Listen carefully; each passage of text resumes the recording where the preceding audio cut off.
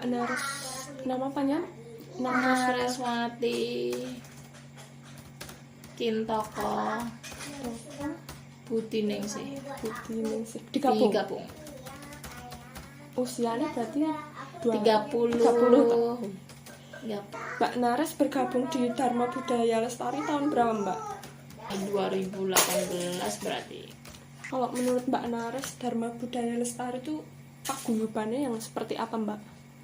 Kalau secara keorganisasian kita lebih kayak saudara basicnya. Jadi karena kegiatannya kita kan sering bareng-bareng dan dalam berbagai event budaya, jadi sering ketemu. Terus ya ibaratnya dulu hampir setiap hari kita kemana-mana bareng gitu. Nongkrong di Radia Pustaka itu dari buka sampai tutup tuh. Terus ke Karanganyar, ke Tawangmangu tiap hari. Kan selain yang kita ngagendain kita sendiri yang ngadain, kita juga sering diundang untuk event-event di daerah Tawangmangu kan. Jadi Event-event kebudayaan gitu. Kayak bersih desa itu kan kalau di Tawangmangu banyak banget itu.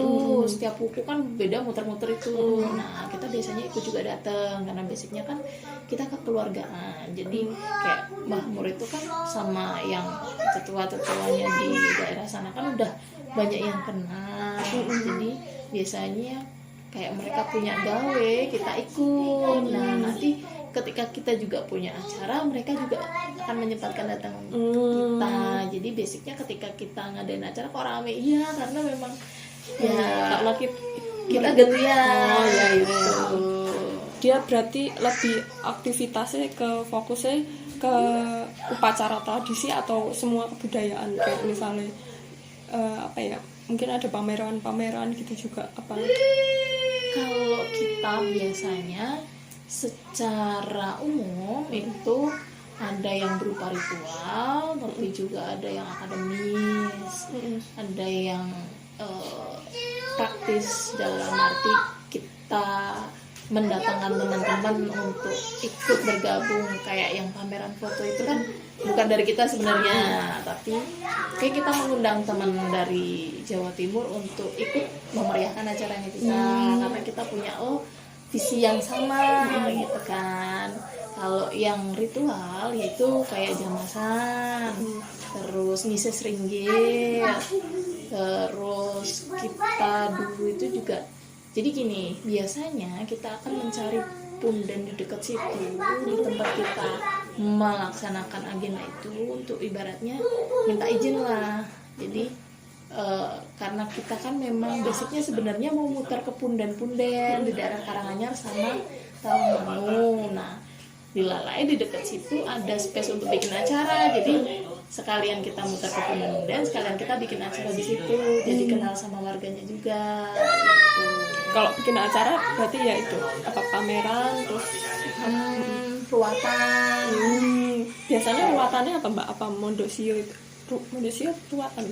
Kalau mondosio itu kan yang ngadain dari desa. Oh, berarti itu aktivitas yang masyarakat Kita yang yang Dharma Budaya Lestari. Ya, terus kalau yang kita itu dulu ruatan masih ada flyernya nggak ya? Jadi dari Jawa Timur juga beberapa orang datang. Terus ada kebetulan yang ibu-ibu dari Jakarta itu juga kebetulan lagi di situ ikut. Itu tempatnya di Mandir. Oh, Mandir. Karanganyar itu Di Kemuning. Oh ya, Kemuning. Dekat Pura Tunggal Ika. Aku belum pernah ke sana sih. Tuh belakangnya rumah kodok. Tuh kita bikin ruatan di situ. Kan ada banyak macamnya Sukerto itu, kita ruat semua. Jadi ruatannya adalah ruatan Sukerto konsepnya. Berarti Murwakala itu Murwakala. Gitu. Jadi misalnya anak tunggal, terus anak yang berapa itu kan ada semua itu. Ya, antang-anteng gitu ya. Itu terus Sukertonya apalagi macam-macam kan. Tuh konsepnya kita ke ruatan Sukerto. berarti Dharma Budaya Lestari itu komunitas paguyuban yang sifatnya itu kekeluargaan, yang dia fokusnya tentang ya kebudayaan, baik upacara atau kayak ritual kayak gitu-gitu ya. Itu kan Mbak Naras 2018 itu berarti mungkin pas kuliah nggak? Aku Udah habis wisuda. Itu awal mula ketertarikannya gimana Mbak di tahun 2018 itu? Awal mulanya itu sebenarnya kenal sama Mbah Mur itu ya baru di 2018 itu. Kebetulan kan aku dulu ikut ini apa namanya, kayak komunitas lintas agama. Aku mewakili kepercayaan hayat. Nah terus ketemulah sama Mas Ferry di Pura Sono Sewu. Nah, Alur Sukoharjo masuknya. Terus? Nah, terus habis itu di situ kan ada beberapa ritual. Kita ngikut beberapa ritual di situ, tapi kita belum ketemu sama makamnya yang pendirinya. Karena kan ternyata sama Mas Ferry kan satu paguyuban kepercayaannya. Oke, kita jalan di situ, terus dilalai ada undangan untuk ngisi ringgit di Radio Pustoko. Waktu itu yang mandigani Mas Restu. Nah, aku sama Mas Ferry datang ke situ, ketemulah sama Mbah Mur. Ketemu sama Mbah Mur, di situ kita ngobrol. Ternyata Mbah Mur Hindu. Terus aku sempat nanya, pernah ke Sono Sewu nggak? Terus cerita sama, oh iya tahu, sama Mbah Mur ditunjukin makamnya Pak Arjanto. Itulah, terus kita jadi sering kontak. Habis itu ada serada di Radio Pustoko. Itu dari UNS nggak? Mas Rendra Sastra Jawa dari UNS kan. Nah terus teman-teman ngikut, ternyata ketemu lagi sama Mbah Mur. Tuh ketemu sama Mbah Mur. Itu Dharma Budaya Lestari posisinya masih vakum. Karena kan dulu Mbah Mur yang bikin, tapi terus nggak jalan. Nah, kita ikut serada, ikut bareng-bareng serada sama Mas Ferry juga. Terus yang ibaratnya nggak pernah bolos lah acaranya serada itu, yang setelah selesai itu masih di situ ngobrol-ngobrol, itu sama Mas Kris waktu itu, sama Mbak Iin, terus sama Mas Julius. Karena sering ngobrol pulang dari serada itu, terus oh ya kita muter nih kemana, oh sukanya sama-sama suka budaya, yaudah kita ke punden-punden yuk, dianterin Mbah Mur muter-muter. Terus ada acara dulu itu tiap malam Selasa lebih yang ngadain juga anak-anak sastra UNS. Kita ngikut itu belum jalan Dharma Budaya Lestari, masih vakum. Terus habis itu kok kita ngikut sana sini, udah ayo bikin sendiri. Terus Mbah Mur nawarin, aku dulu punya komunitas tapi udah vakum, udah kita hidupin lagi yuk. Terus jalanlah itu, kita bikin agenda. Itu ceritanya. Berarti kalau dari latar belakang anggota nih Dharma Budaya Lestari macam-macam ya, dari mungkin teman-teman mahasiswa gitu, terus dari itu. Iya, kalau Mas Julius itu sudah kerja, udah sekolah. Terus kalau dulu Mas Kres itu di bawahku jauh, dia sama Mbak Iin. Kalau Mas Kres itu lulus SMA dari Temanggung, terus kesini dia sama Mbak Iin itu kerja dulu di Nakamura. Terus habis itu ikut Dharma Budaya Lestari itu sama kita. Tapi basically semuanya memang ketemunya karena suka dengan budaya, sama-sama suka budaya. Kan ketemunya di Radio Pustoko itu.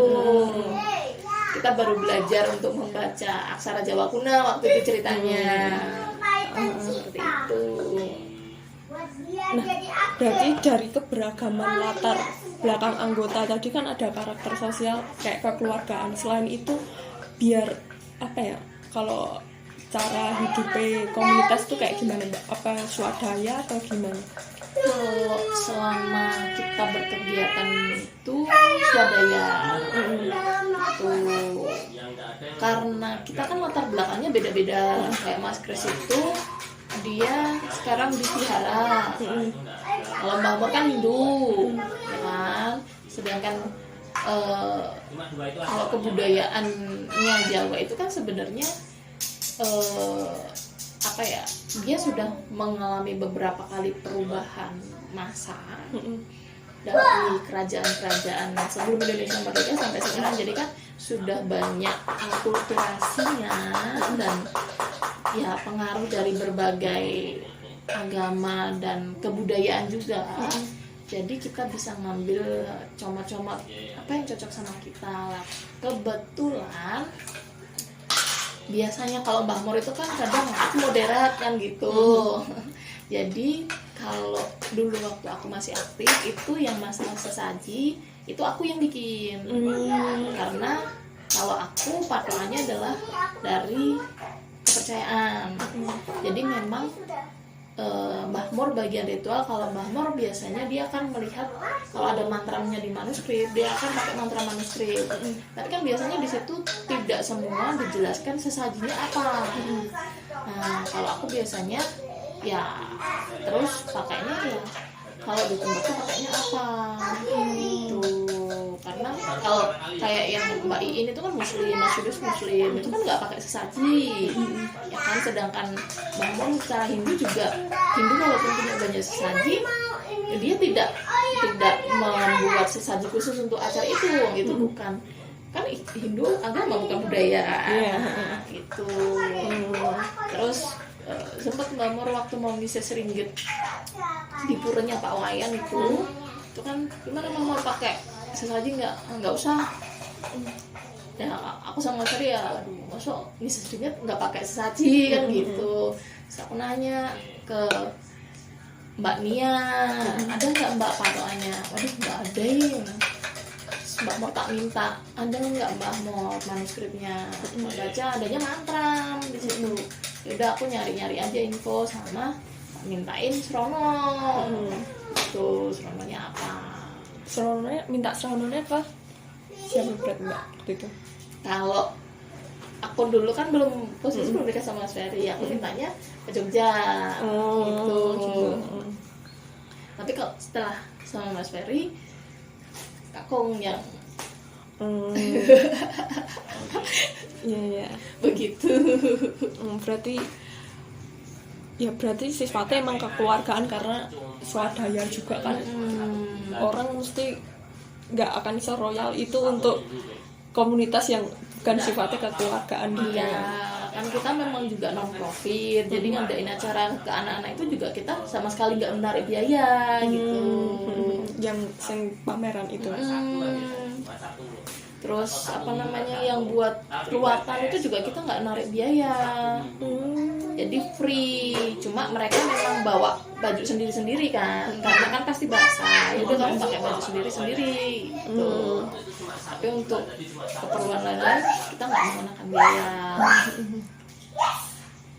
Nah ini Mbak sing membahas tadi yang kegiatan-kegiatan tadi kan ada misi Seringgit, terus tadi ada jamasan pusaka sama yang punden-punden itu biasanya apa Mbak? Apa memetri apa istilahnya?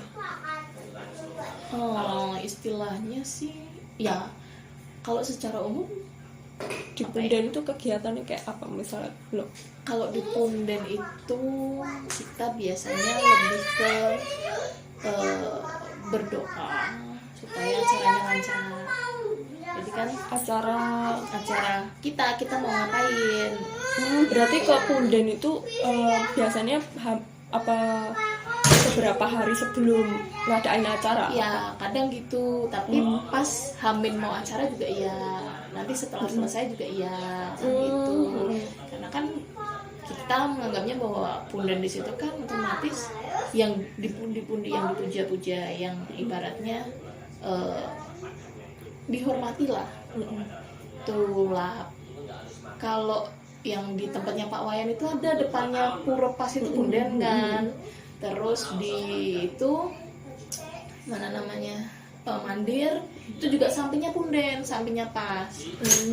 Kayaknya masih ada fotonya kayaknya. Itu terus yang pas bersih desa itu 2 kali, itu juga semua kan ada pundennya di situ.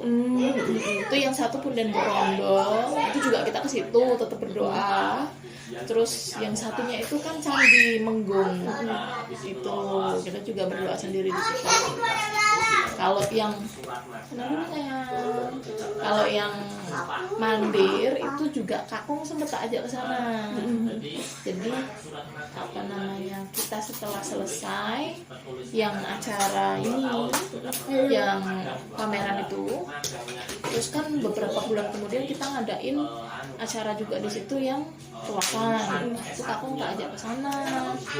Nah, waktu di sana ketika menggake kan dibaca sama Kakung suasananya apa, hari ini apa. Terus yang ngelola Mandir itu kaget, ternyata zaman dulu itu juga sama. Di situ bawanya itu harinya itu kita dibawa ke rumahnya yang itu apa namanya, petuanya yang masih ada di situ. Kok tahu, ditanyain. Oh, iya tadi habis dari sana. Ternyata dulu memang seperti itu, tapi karena ya kan zamannya sudah berubah, jadi sudah nggak dilanjut lagi gitu. Jadi memang kita prinsipnya adalah kita mau datang ke suatu tempat kan ibaratnya izin kulon supaya ya didukung alamnya, diberikan saran gitu. Sama itu Mbak, yang di pameran itu di daerah mana Mbak tadi? Di Kemuning yang Mandir itu kita. Itu berarti dia kan yang ngadain Dharma Budaya Lestari. Berarti itu kan beberapa hari. Itu dulu 2 hari apa 3 hari aku lupa. Kayaknya 2 hari. Itu kegiatannya tadi apa aja Mbak? Pameran foto.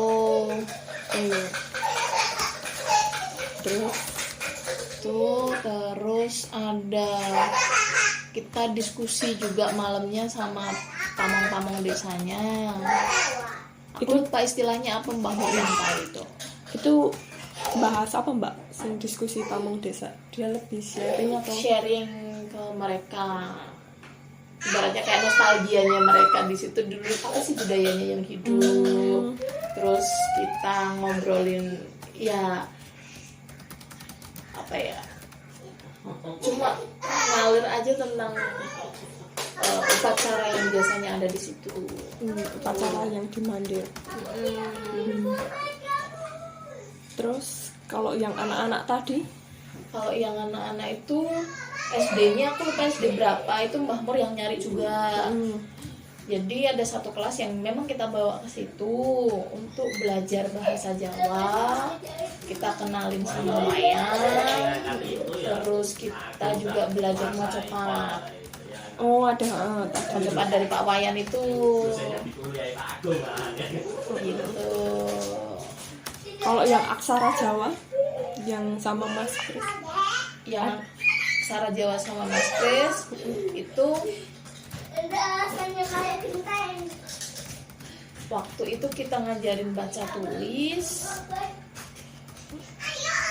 terus beberapa kali tulis kan kita kasih hadiah juga anak-anak. Yang pameran foto ini tadi Mas siapa Mbak? Mas siapa ya? Aku lupa, itu Mas Yudis, temannya Mas Yudis dari Jawa Timur. Dari Jawa Timur. Dia komunitas juga. Rocker yang memang dia hobinya jalan-jalan budaya. Tuh. Karena Mas Yudis itu kan rocker. Dia punya band rock. Gitu.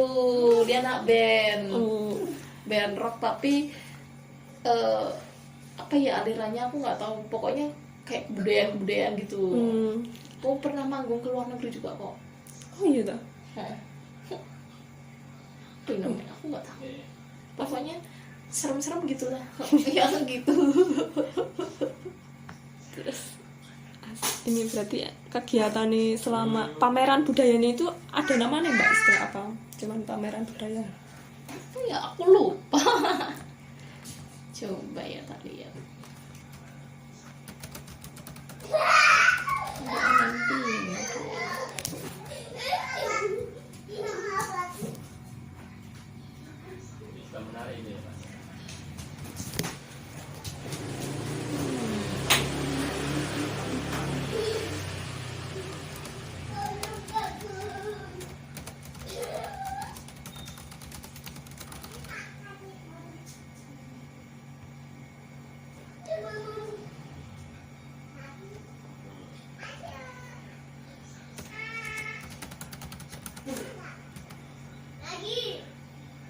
Oh ini yang bundanya yang di sampingnya mandi. Tuh. Tetap kaminan. Gitu. Lah, banyak loh Mbak dari Mbak Nares foto-fotonya arsipnya masih. Oh kan aku sih dokumentasi. Salah berarti ya, harusnya langsung minta ke Mbak Nares. Ini namanya Mas Abi. Dia penari Mangkunegaran. Itu juga anggotanya Dharma Budaya Lestari dulu. Kalau acara rutin gitu kan Mbah Nur pernah bilang ada pelatihan tari gitu ya Mbak. Nah habis kita ngadain acara kayak gitu toh, terus pengelolanya Mandir itu tertarik karena dia kan punya set gamelan juga tapi di gudang. Jadi itu dulu kan dipakainya juga untuk perkumpulan sebenarnya, tapi terus vakum. Dia cuma kalau ada penduduk mau makan kayak gitu boleh untuk kumpul.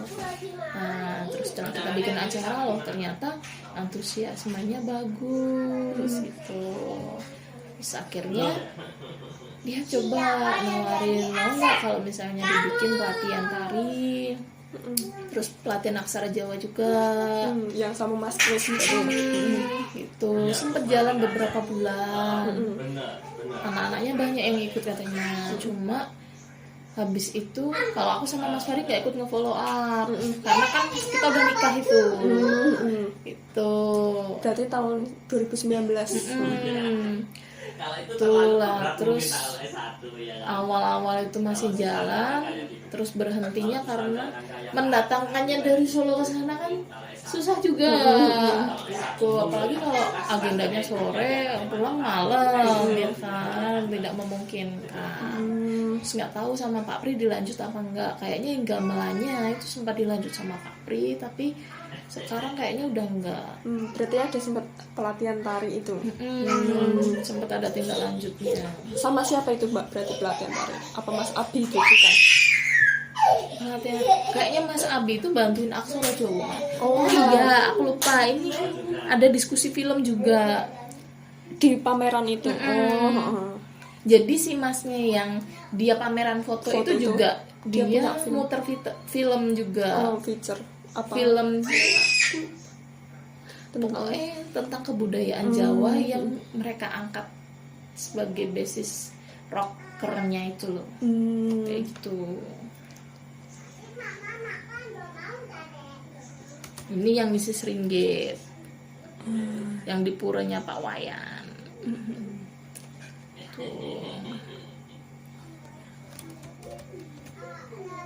Yang pameran itu 2018 atau 19? Ini pamerannya 2019. Awal tahun 27 Maret.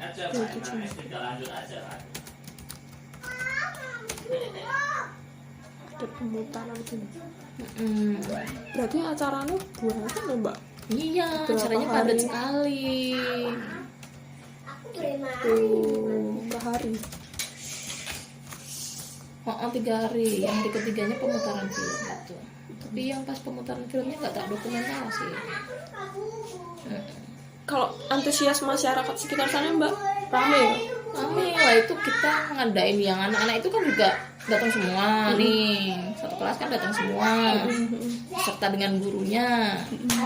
Terus yang pas malam itu juga nggak dokumentasi sih masalahnya. Itu juga pada datang. Kalau tetua-tetua kayak gitu kan asalkan sama-sama kenal, sering ikut kan, diundang pasti datang. Kalau tipologi masyarakat pedesaan kan seperti itu, nggak mungkin nggak datang. Benar-benar. Tuh, kita juga ngundang muda-mudinya karena kebetulan apa namanya, di sana kan yang aktif muda-mudinya banyak. Kebanyakan juga teman-teman Hindu kan di sana, jadi pada kenal sama Mbah Mor. Tuh. Terus aku juga nyebar undangan ini, nilai temanku di Candi Cetro itu ada. Dia juga Hindu, kenal sama Mbah Mor juga. Aku dulu pas agenda di sana juga nginep di tempatnya dia 2 minggu. Jadi Mas, aku minta tolong dong ini disebarin ke teman-teman, kita ada agenda. Nah, dia bantuin juga itu. Berarti dia apa ya, orang sengkuyung gitu ya? Iya, karena basicnya itu tadi kekeluargaan. Kita bukan cuma sekedar kenal nama kan, kan kita di sana membangun relasinya ya kayak saudara gitu. Dari basic sama-sama tertarik ke kebudayaan.